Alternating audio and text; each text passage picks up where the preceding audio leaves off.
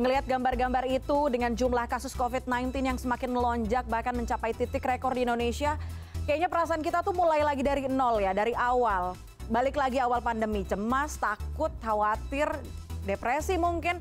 Belum lagi psikosomatik yang dirasakan gara-gara sering lihat berita soal COVID-19. Jadi gimana sih untuk biar waras, biar sehat mental dan juga jiwanya di tengah situasi saat ini? Bergabung bersama kami ada Dr. Andri, dokter spesialis kedokteran jiwa Omni Hospital Alam Sutra. Dr. Andri, selamat malam. Selamat malam Mbak Puspa, apa kabar? Sehat semua ya? Kabar baik, semoga sehat selalu juga ya Dr. Andri. Dok, ini kalau ngomongin soal pandemi lagi, pandemi yang angkanya semakin tinggi dari pengamatan dokter. Ya. Apa sih sebetulnya persoalan besar dari kesehatan mental yang banyak muncul di tengah gelombang besar pandemi yang muncul lagi saat ini? Ya memang seperti tadi Mbak bilang bahwa memang berbeda di awal pertama kali waktu Maret 2020 dengan sekarang ya. Kalau dulu kita mungkin meraba-raba apakah misalnya saya mengalami gangguan gejala COVID atau tidak. Nah, sebagian sekarang sudah mengalaminya. Dan kalau kita lihat di dalam praktek sehari-hari, itu seringkali mereka sudah pernah COVID. Dan kecemasannya itu terjadi pada saat mereka dirawat di dalam perawatan ya. Jadi ada ketakutan, misalnya takut nanti mengalami gejala yang lebih berat, karena ada beberapa orang yang mengalami kondisi seperti itu di saat perawatan makin berat, nggak bisa tidur, dan itu bisa berlanjut bahkan beberapa minggu bahkan bulan setelah selesai perawatan. Jadi sekarang ada berbeda. Kalau dulu awalnya nggak terlalu banyak yang kena COVID, nah sekarang keluarga kita banyak, orang tua, teman dekat itu yang mengalami gangguan cemas ya setelah perawatan COVID tersebut. Jadi makin dekat dengan katakanlah inner circle gitu ya dok? Betul sekali. Nah, suasananya juga berubah total. Pikiran kita, kekhawatiran psikis nih semakin memburuk nggak sih? Karena ngerasanya gini, dulu sudah mulai bisa terkontrol lah katakan. Kita bisa jalan-jalan ke pantai, bisa di tempat wisata juga sudah dibuka. Kemudian sekarang semakin tinggi angkanya, tapi behavior orang mungkin ada yang abai karena merasa vaksinasi. Ada atmosfer dari vaksinasi yang nampaknya menenangkan sebagian masyarakat. Tapi ada juga yang mungkin menganggapnya tidak mematikan dan sebagainya. Behaviornya tidak kembali ke awal, tapi situasinya justru kembali ke awal. Ini kekhawatiran psikis seperti apa yang yang menjadi concern untuk orang-orang terdekat kita? Pada dasarnya kita itu memang lebih dominan akan gampang mengalami kekhawatiran atau kecemasan ya kalau misalnya ada sesuatu yang mengancam jiwa kita. Dan COVID ini kan salah satunya. Nah, waktu awal-awal kali kita cukup sering kali memberikan perhatian ya pada si kita, jaga jarak dan segala macam ya.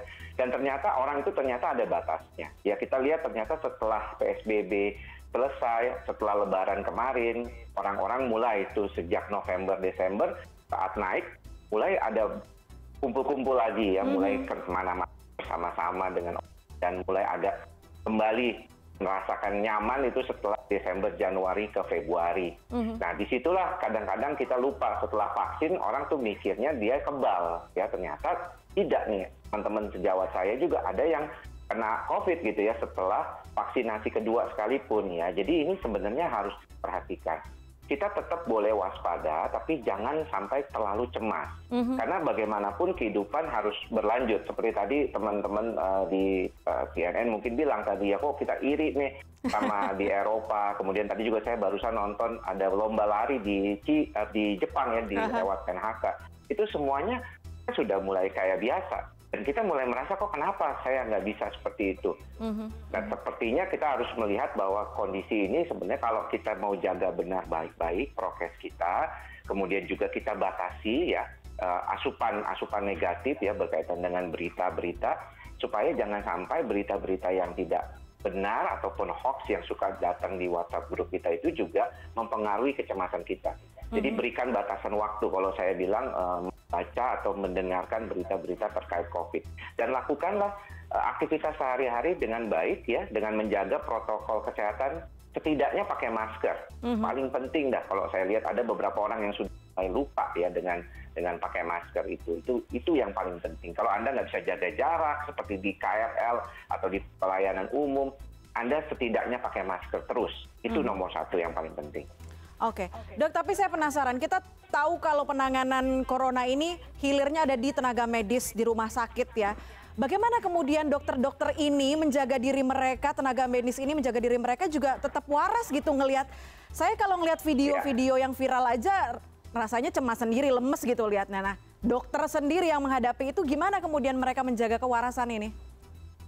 Ya, memang ini ada level berbeda-beda ya teman-teman sejawat kita yang langsung berhadapan dengan pasien-pasien yang mengalami gangguan COVID dan gangguan komorbid yang terkait dengan ini, penyakit ini, maka mereka akan jauh lebih cemas ya, sehingga menurut saya itu ada perlunya juga untuk menjaga atau take time. Ini sulitnya adalah karena kurang tenaga kan. Kalau misalnya ada salah satu atau bahkan satu kelompok itu mengalami suatu misalnya kayak kena gitu ya, terinfeksi atau misalnya positif COVID, mereka kan harus istirahat, akhirnya berkurang tenaganya. Sebenarnya ini yang perlu dikhawatirkan kan oleh masyarakat, bahwa ketika tenaga kesehatan itu terinfeksi lebih banyak lagi, maka mereka akan mengalami kekurangan tenaga dan kelelahan. Ini yang repot kalau di garda terdepan, ya teman-teman yang langsung. Tetapi bagi kami, saya misalnya contohnya ya, dokter jiwa itu tidak langsung ya menghadapi pasien COVID, hanya biasanya menerima konsultasi, kemudian juga bertemu dengan pasien-pasien pasca COVID yang mengalami gangguan tidur atau gangguan cemas. Sebenarnya kalau kita mungkin lebih kekhawatiran kalau terkena karena circle kita yang paling dalam itu sudah lebih sering mengalami gangguan. Ya belum lama berita positif teman satu, nanti staf yang satu positif itu, jadi sangat dekat. Dan memang kita sehari-hari kan bekerja ya seolah-olah itu di zona merah ya, lalu gitu di dalamnya seperti itu. Nah saya kira itu ada perlunya time out. Seperti saya sekarang ini memang sedang mengambil cuti ya selama 4 hari ke depan gitu ya, untuk mengurangi paparan saya terhadap virus corona ini di dalam rumah sakit ya, karena begitu banyaknya teman-teman yang sedang terinfeksi juga. Juga mengambil waktu buat diri saya untuk sedikit banyak tidak terlalu berkaitan dengan masalah-masalah yang sehari-hari saya temui gitu. Itu untuk menjaga keimbangan atau kewarasan tadi. Sebenarnya itu yang paling penting juga. Artinya sadar dengan kemampuan diri sendiri untuk menerima informasi, dibatasi kalau bisa, kalau sudah terpapar dengan COVID-19, dan lakukan aktivitas yang mungkin bisa bikin diri ini jadi keluar aura positifnya ya dok, sisi positifnya ya dok. Dokter Andri, karena waktunya terbatas. Semuanya itu ada di pikiran kita ya. Jadi ketika kita memilah-milah informasi, kita sadar bahwa kita nih berada pada kondisi, saya tidak pernah cuti sebenarnya. Ya, dalam konteks kemarin dari 2020, tapi dalam hal ini supaya kita lebih sadar aja bagaimana harus kita tetap selalu menjaga sadar, protokol kesehatan, waspada, itu yang paling minimal penting. Tadi kalau kata dokter saya setuju, pakai masker deh dimanapun berada ya. Dokter Andri, terima kasih banyak sudah bergabung bersama kami di CNN Indonesia Connected. Stay safe dok. Terima kasih Mbak Puspa, sehat semua. Oke.